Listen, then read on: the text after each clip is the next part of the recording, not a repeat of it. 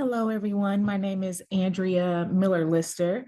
I am coming to you tonight with our asynchronous training number 4 for our teacher empowerment program. I know that it's been a while. I know that you all didn't have any warning. Everyone was asking, where are you? So, I definitely want to try to get this put out for you all. This should satisfy our number of hours that we offer for the year.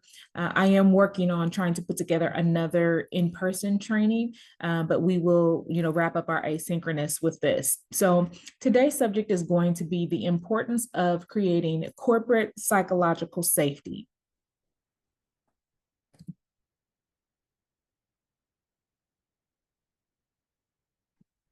There we go.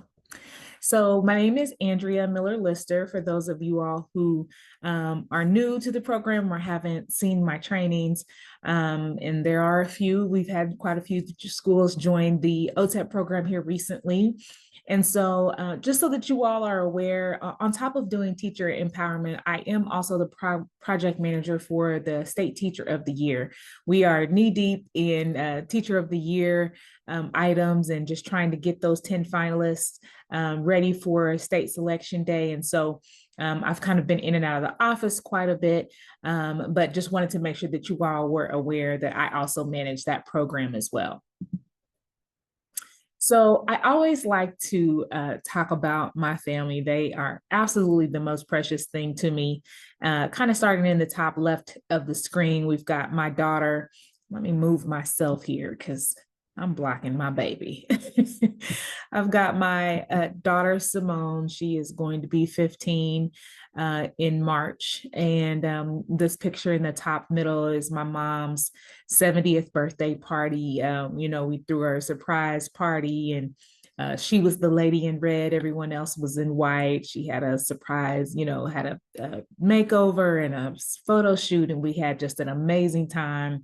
We've got my oldest son, Zane, and next to him is my precious, just turned 4-month-old grandbaby, Eisen.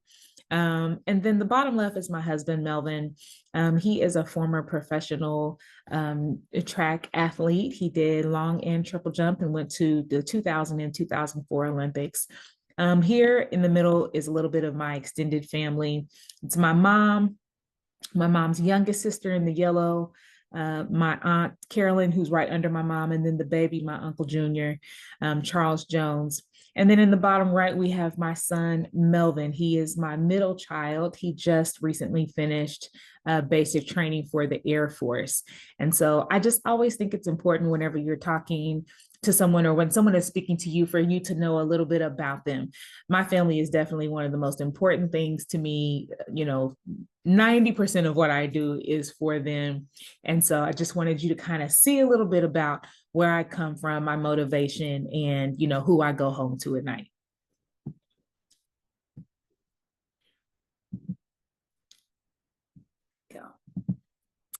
So this session should be about an hour. And we're going to kind of work our way through, and it's going to be kind of divided up evenly. We're going to start with keywords and definitions. That will be about 20% of our time.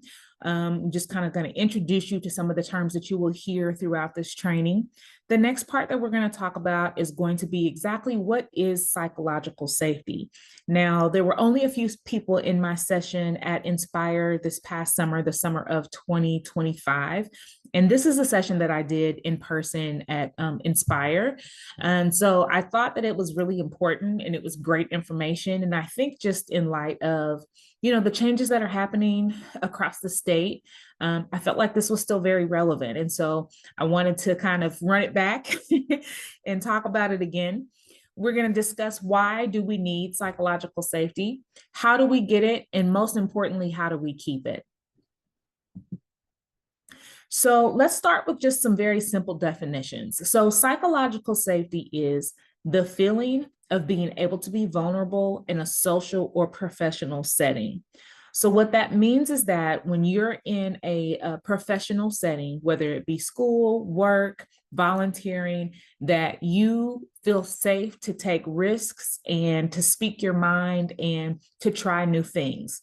It basically means vulnerability. It's your willingness to just be open about your limitations, about your weaknesses, about how you're feeling about things, and not feeling like that's going to be held against you. There are multiple types of psychological safety, and we're going to discuss them all and kind of go through the different types.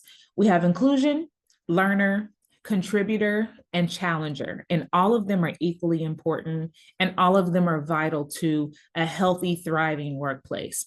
And so while we're talking about what psychological safety is, I think it's important to talk about what it's not.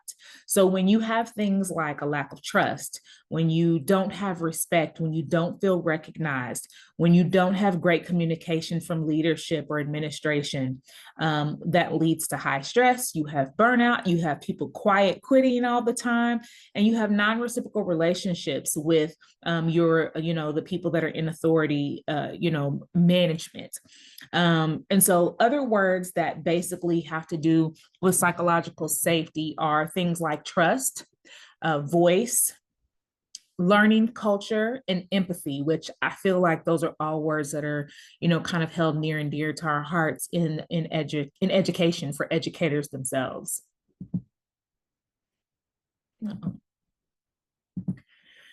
So let's talk about exactly what psychological safety is. It is the shared belief in a group of people that it is safe to take interpersonal risks in a group. And so what this looks like in real time and real practice is normalizing asking questions in meetings. I don't know about you, but I've sat in many, many staff meetings where I had burning questions, but I was not about to say them in front of that crowd.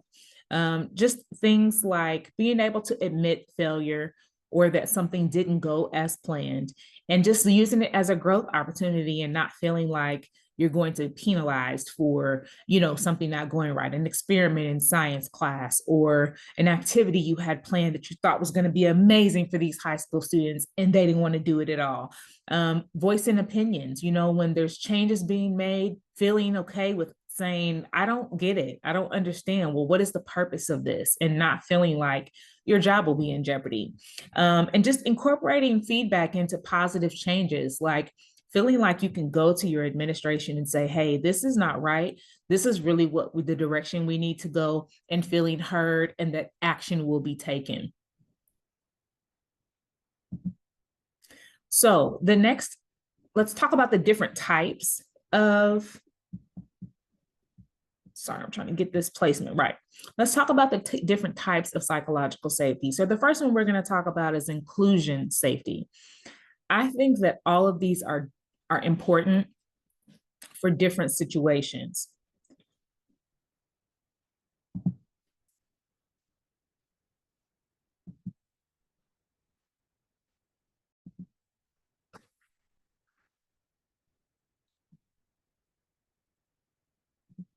All right, so inclusion safety has to do with acknowledging, here we go. Sorry about that. Acknowledging and acting on the human need to feel, to belong and to feel accepted, and just that individuals are accepted and valued for who they are. Now, I honestly think we can all say, inclusion safety is something that is important, not only for students, but also teachers. It is really hard to work in a building where you feel like the odd man out, or you feel like you're the only one like you in the building, and maybe other people can't really necessarily understand your point of view. And I can honestly say that I've been in that situation in several different situations I've been in. And so definitely understand that. I remember when I was working in New Orleans, I'm from Oklahoma. And so I moved there to take the job. I didn't sound like the people from New Orleans. My accent was different. They thought I talked with a twang.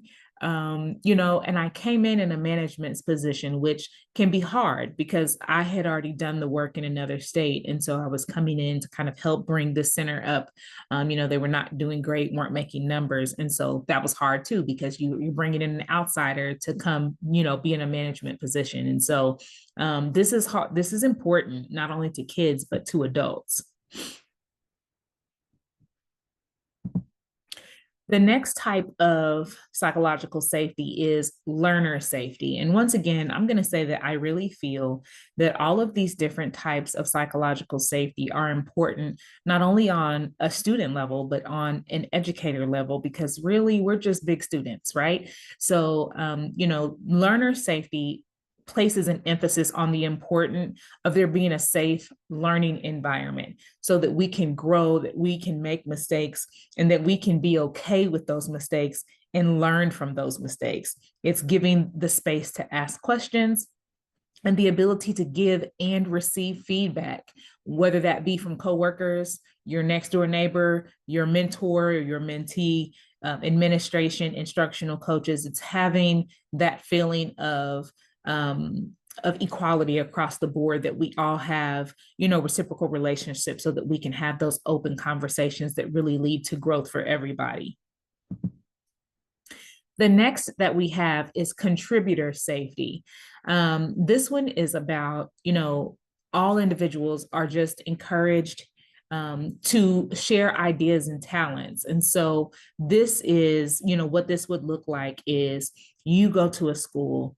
I'm going to use myself. You're a baker. You have a club that needs to raise money so that they can go on a trip. Will you lend your expertise to these students and teach them these skills so that they can bake and sell their baked goods to raise money for themselves, empowering these students to be able to do for themselves. And it's a cultivated culture where team members share perspectives without fear or judgment. So you're bringing in a different outlook, you're seeing it from a different lens, and you're bringing that in and contributing for the greater good. So one of the most important ones is challenger safety. And I feel like this is where we struggle as educators. And I don't think that this is just on a district level or, a site level or a district level. I think that this is really at all levels. So this is about, having an environment where workers, the ones that toe the line, can speak up and they can advocate for positive change. It also has to do with the ability to challenge the status quo. And just always feeling free to suggest improvements. So this would be that person that says, well, I don't like the way we've always done it. The way we've always done it doesn't make any sense. We need to do this differently because what we did all the time, it's not working. It's obsolete, it's ancient, it just doesn't work. And so it's those people who feel safe enough to speak up and challenge those status quos or the way we've always done it.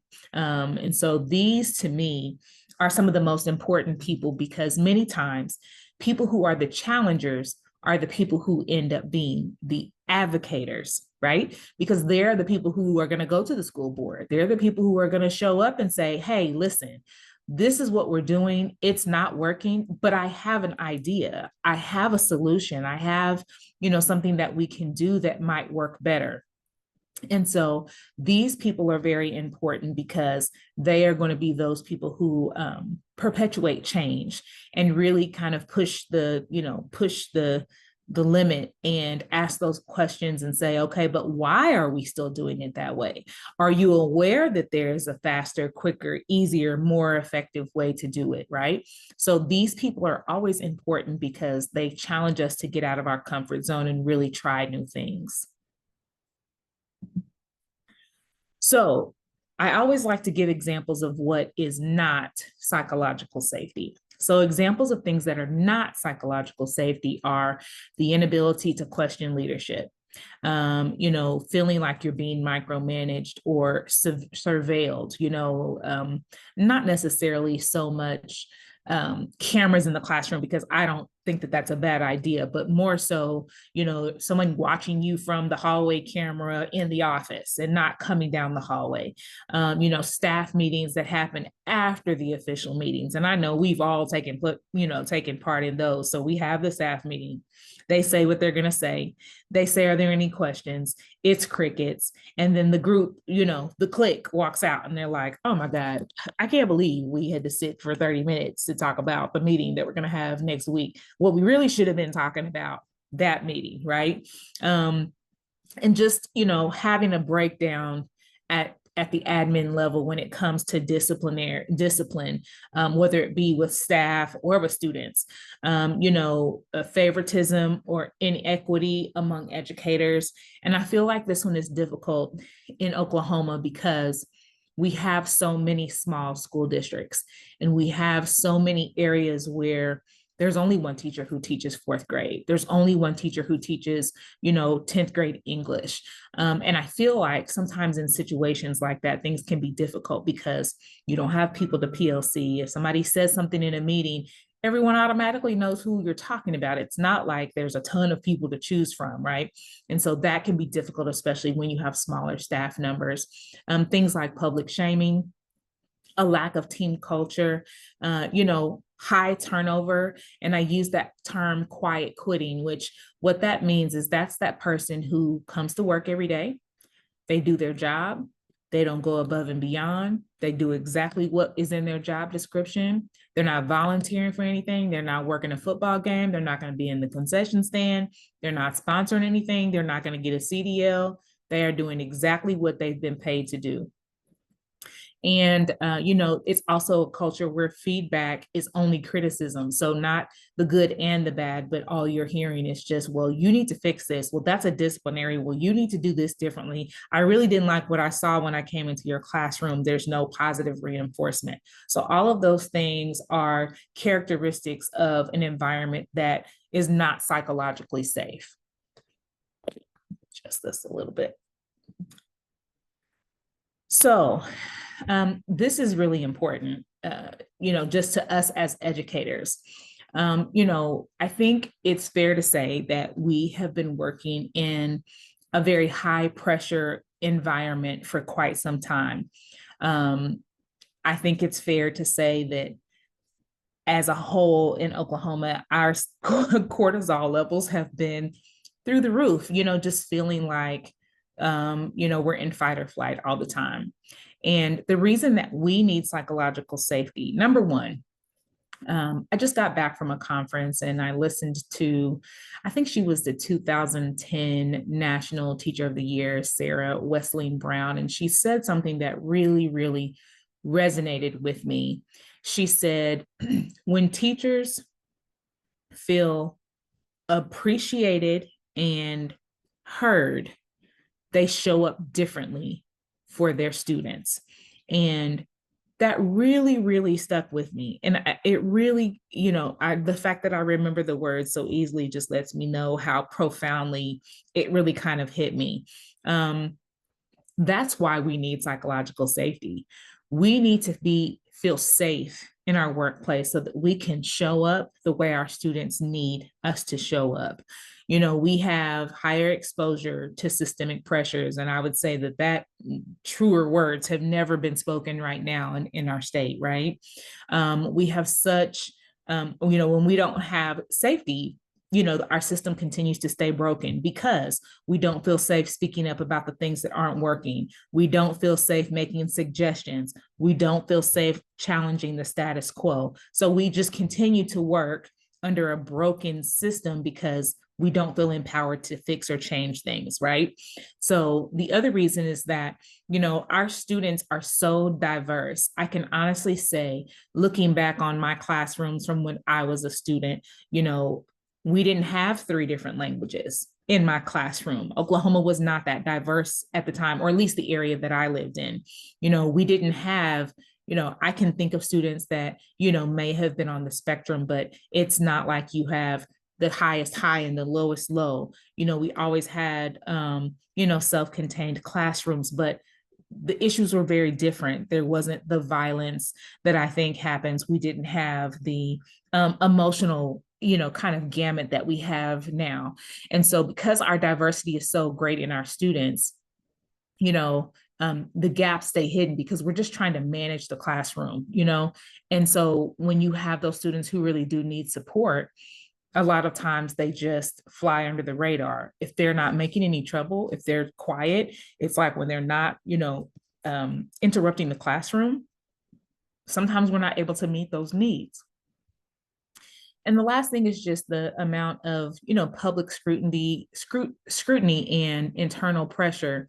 what ends up happening is that when you feel like you're being attacked on every front and there's pressure from above, we need to make these test scores. We've got to get the math scores up. We've got to get our literacy up. We've got to get these grade levels up. We need these test students to pass the WIDA. We need these grad students to graduate. They need to finish their trade. When you have all of these pressures coming, what happens is that our innovation and our morale absolutely takes a hit and eventually disappears.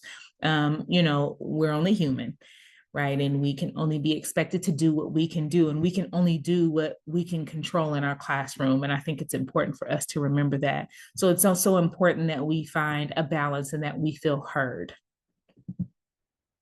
So I just wanted to kind of put this up on the screen so everyone was aware. Where I got this information from was a couple of different studies that were done. So I have actually been studies done about how psychological safety affects educators. So the first one is Modesty Brings Gains, linking humble leadership to knowledge sharing via psychological safety and psychological empowerment in professional learning communities. The second one was called I Can't Express Myself at Work, encouraging socially responsible leadership and psychological safety in higher education setting. And the third one was, what does it look like and how can educators work with learners to foster it? And so there are people who are doing research about this because this is kind of becoming a hot topic. For a while we were talking about social emotional learning for our students. And this is really our version of social emotional learning, right? It's about creating an environment where we are able to be our absolute best selves and show up as our best teacher selves on a day in, day out basis. So let's talk about how do we establish psychological safety. So there are multiple things that we can do to establish psychological safety. Now, I'm going to go back to something that I did at the very beginning of this presentation.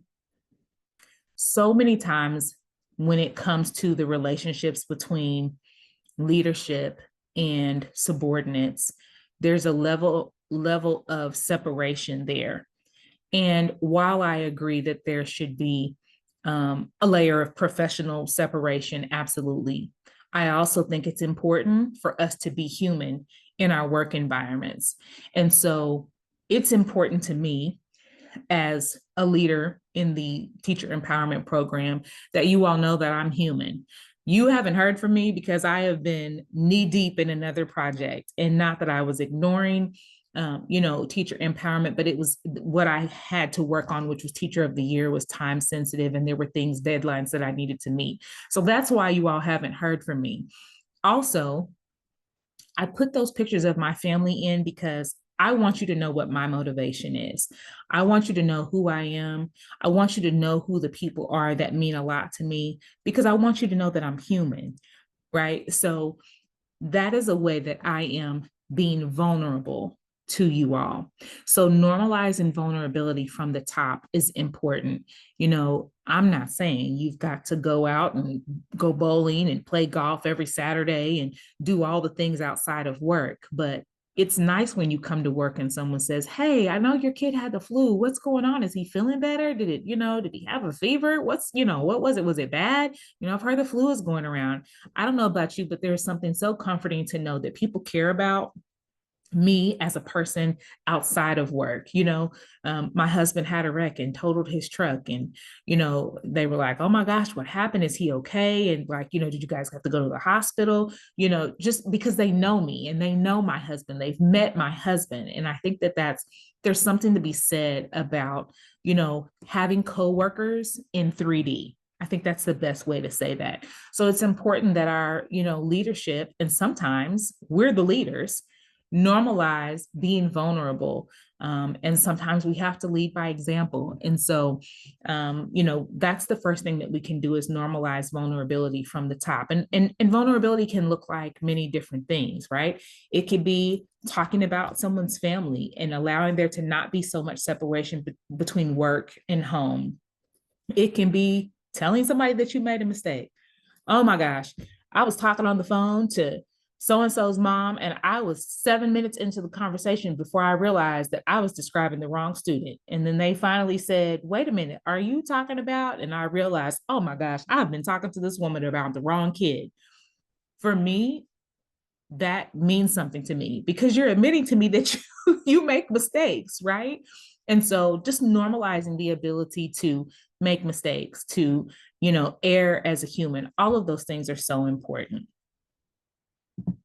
The next thing that we can do is we can make space for all voices.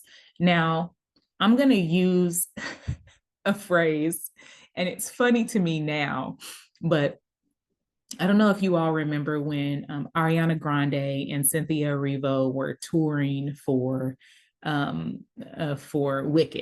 and a interviewer said something about holding space, and at the time, Ariana Grande was like, I had no idea what she was talking about, but what she was saying was that she appreciated the movie's ability to make space for all of the emotions that people felt. The movie made space for how the movie would make people feel, for all of the different people who feel like they haven't belonged, who felt like the odd one out, who felt like they were not with their people. And she just talked about that it held space. And so I think that I say that just to say that I think that that's important for us as coworkers, right? Because sometimes people don't come into work situations knowing what their voice is or even having found their voice. I can honestly say that I think it was the end of my second year of teaching before I really kind of found my voice and found the power in my words and understood that I am not a victim of circumstance. I have the ability to speak on my situation. I have the ability to affect change. And so sometimes it's about holding space for people until they can find their voice. Those new, early career teachers who haven't found their way. They don't really know what kind of teacher they're going to be. They're just trying to figure it out. Sometimes it's about holding space for those people and making space for them so that when they do find their voice, they can step right into their own. And it's about allowing space for, excuse me, all the perspectives, right? The person who's super analytical and sees things in terms of data, the person who's super creative and wants to turn everything into an art project, the person who is worried about how people feel, the person who's worried about what it's going to look like to the parents and what do I need to communicate to them about this project. All of those voices and all of those perspectives are so important to making cohesive decisions. So we have to make space and allow all of those people to just be their best selves. The next thing that we have to do is we have to be able to respond to feedback without retaliation. Now, I will tell you, from a teacher's perspective, in my opinion, the best way to practice this is with your students. At the end of every semester, I do this with my students. I would create a Google form. I would allow them to submit it anonymously, and I would ask them for feedback. I would mention specific projects, and I would give them an opportunity to tell me how they felt about things that we had done. I felt like it was important because if I was going to get better, who better to tell me what I needed to change than the people who were sitting in my classroom every day? I also wanted my students to feel valued, and I wanted them to understand that just because it's my classroom and I am the instructor, it does not mean that their voices don't matter and that they should feel like there is space for them to offer feedback, whether it be good or bad. Some of it was very effective. And I really took it and tried to incorporate the changes into my classroom. And so I think the easiest space to do that where it doesn't feel punitive is for us as teachers to do this with our students. And I think even taking that information and sharing it with admin saying, hey, I gave a feedback survey and, this was about my class, but here are some other things that came out. Because what you're doing is you're starting that conversation, right? Like maybe we need to be doing this with teachers. Maybe we need to be doing this district wide. A couple of years ago, we had the surveys that came out from the State Department. I heard a lot of feedback about people not wanting to fill them out, feeling like, it was going to be held against them because it came from the State Department, knowing that they were in small districts and being worried about how, it was going to be received by administration. And, I hate that people felt that way, and didn't feel at liberty to say and speak their minds. But we had a lot of participation in some of the larger districts because I think there was a little bit more safety in numbers. And we got such great feedback. And a lot of the superintendents really dug into that. They used the AI features, and there was so much great information that came out of it. Now, I honestly can't speak on what happened from there, but those surveys exist and there's a dashboard, and I don't know what I would have to go through in order to be able to access that, but there was great feedback that came. And to me, that's a starting point, right? Like having that information and saying, hey, okay, this is what we heard. How can we use this information to make positive changes here in the district? So another way that we can establish psychological safety is just to reward risk taking and learning, not just outcomes. So this is where we start talking about it being about the process. It's about the journey, right? Not just where we're trying to get to, but about the process or the journey that we use to get there. Of course, this makes me think about that song by Miley Cyrus. It's about the climb, right? Because that's where we learn the lessons.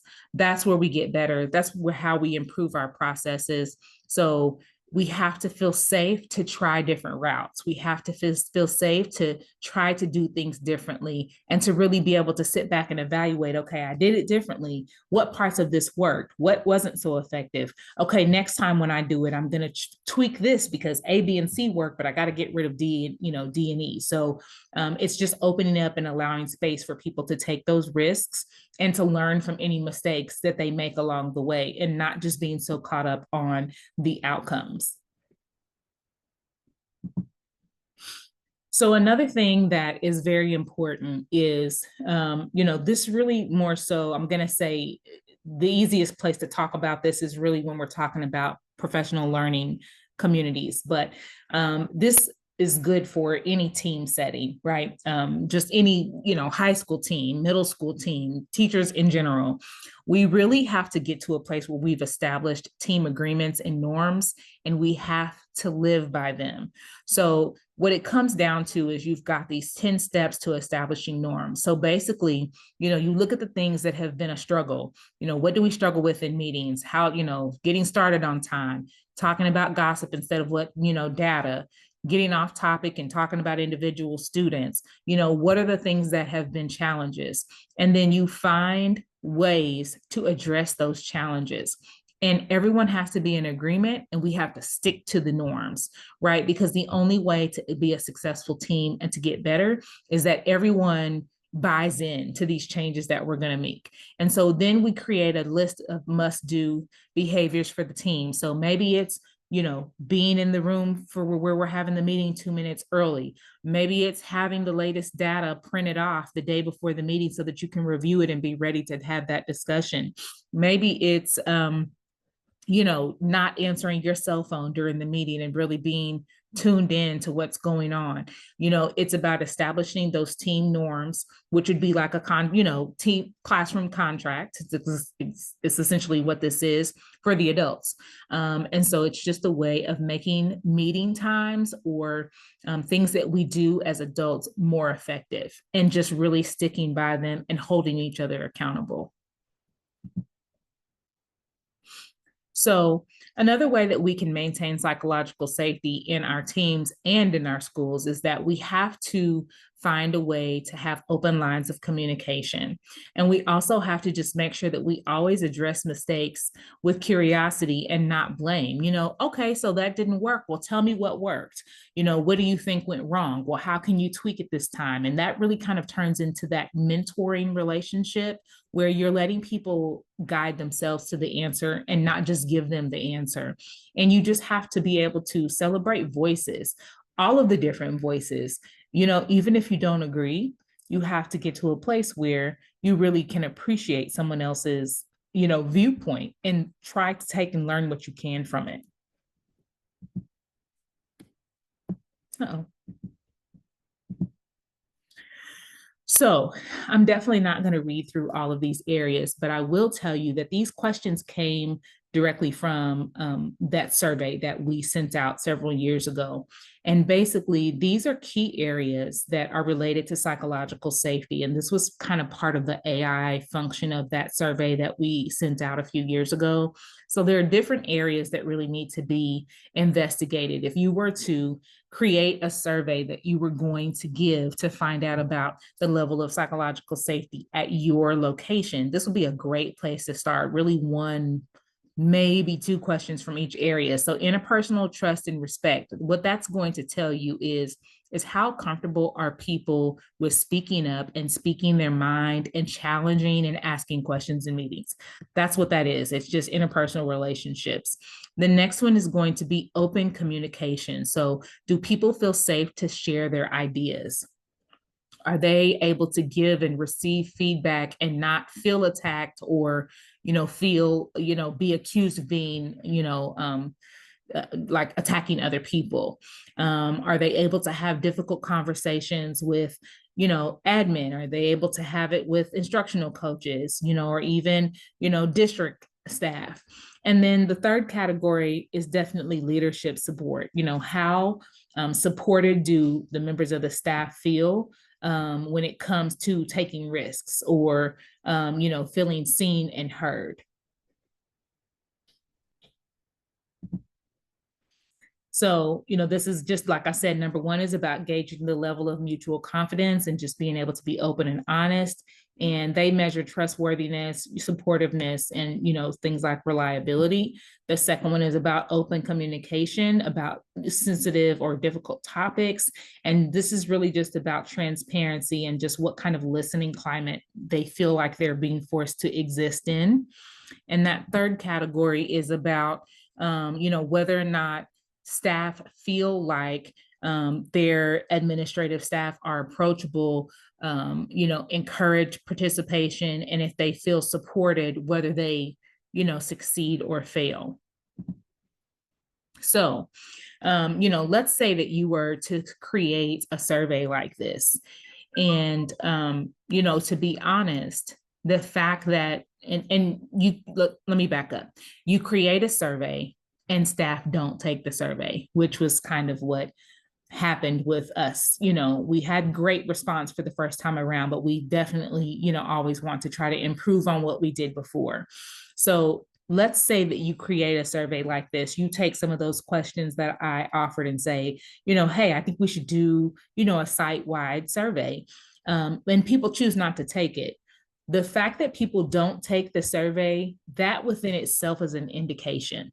Okay. So the first thing that you have to do is you definitely have to acknowledge in a meeting, like, hey guys, we put out this survey. We're really wanting to affect change. We can't do that without hearing from you. We definitely want to make positive changes, but we need to know where we're going to get the best bang for our buck. What do we need to do first? And so you have to just respond with that, humble attitude and really just be open about, we know that things are not where they need to be. We want to make some changes, but we need to hear from you. And then you have to just make space for that candid dialogue. And so to me, that's one of those, like, off the record, this is not going to be written down. It's not going to be held against you. I need you to speak openly, and giving people a way. That could also be like, hey, I'm going to leave a suggestion box here. There are pieces of paper. You don't have to write your name on it. Tell me what we need to change, where people don't feel like they have to speak out loud and be seen and heard and singled out. Another way would just to be, reinforce confidentiality. talk about how people can, do it anonymously, and make sure that everyone always knows that the goal is improvement and not evaluation. And take action on what you do know. I'm going to give you an example. Something that happened to me. If you as an administrator or you as an instructional coach know that the staff bathroom doesn't have hot water, you can take it upon yourself to do the work order and say, hey, I've been in this hallway for the last 3 months and the hot water hasn't been working. I really think we need to get that fixed. To me, that's a small way of just demonstrating that we care about staff's well-being, right? So just taking, action. Hey, staff are having to pay $6 a day for lunch. Is there a way we can buy a lunch ticket in advance for a lower rate per day? Is there something we can do to lower that rate? Can students, teachers buy their lunches a la carte? Finding ways to make people feel heard and seen. And then just if there's no data, there's no feedback, then the first thing we have to do is establish that trust. And, the last thing that we have to do is just model vulnerability and openness. And, this is when you share those stories about things that happened to you in the past, other buildings that you've served in, other situations where things didn't go right, and that's demonstrating that, hey, I messed up before, or I did this and I saw this happening and I didn't address it, and this is what happened, and I don't want that to happen here. Just really taking the time to just be vulnerable and show that there are spaces and times to that we can make changes that will be important and that people should feel seen and heard. So as far as that survey, if you were to create a survey, this is just kind of a way to break that down. If there are 15 questions, scored 1 to 5, the lowest is 15, highest is 75. This would give you an idea of how that survey would range and give you an idea, just a score. And of course, you don't, whatever you decide to do, you don't have to do 15 questions. You just want to assign a point value based on the things that are important. Maybe one category is more important to you than another. You would like make those questions be worth more because you want to definitely get a feel for that area.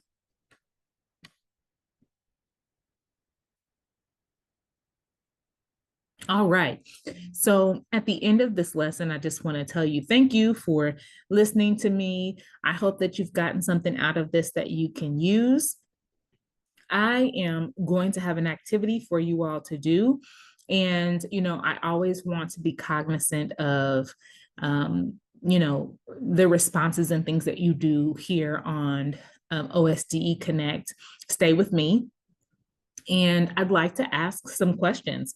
I'd love to hear from you all about your specific districts. So below this video link, there will be an activity for you to do.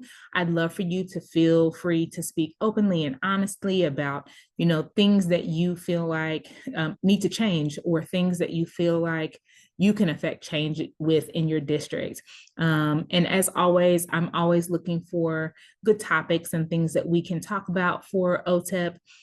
We are going to be having another in-person training, and we're going to be incorporating some new trainers. So very excited about that. But I want to thank you all for just staying tuned in and listening to me this whole year. Our OTEP program has grown tremendously, and if I had my way, we could double it come next year. And so I hope that all of you all that are currently participating in OTEP are looking for ways to continue to grow the programs in your districts. If you have a neighboring district, you have, a niece or a sister or an uncle that teach in another district and they are not participating in OTEP, please, please, please give them my information. I would love to talk to them about how we can grow this program into other districts, what that might look like, the application process, creating a program. And, I really want this program to be about strengthening our teacher leadership, growing teacher leaders, and just continuing to make Oklahoma be the best that it can be. I do appreciate you all. I appreciate your time, and have a wonderful evening.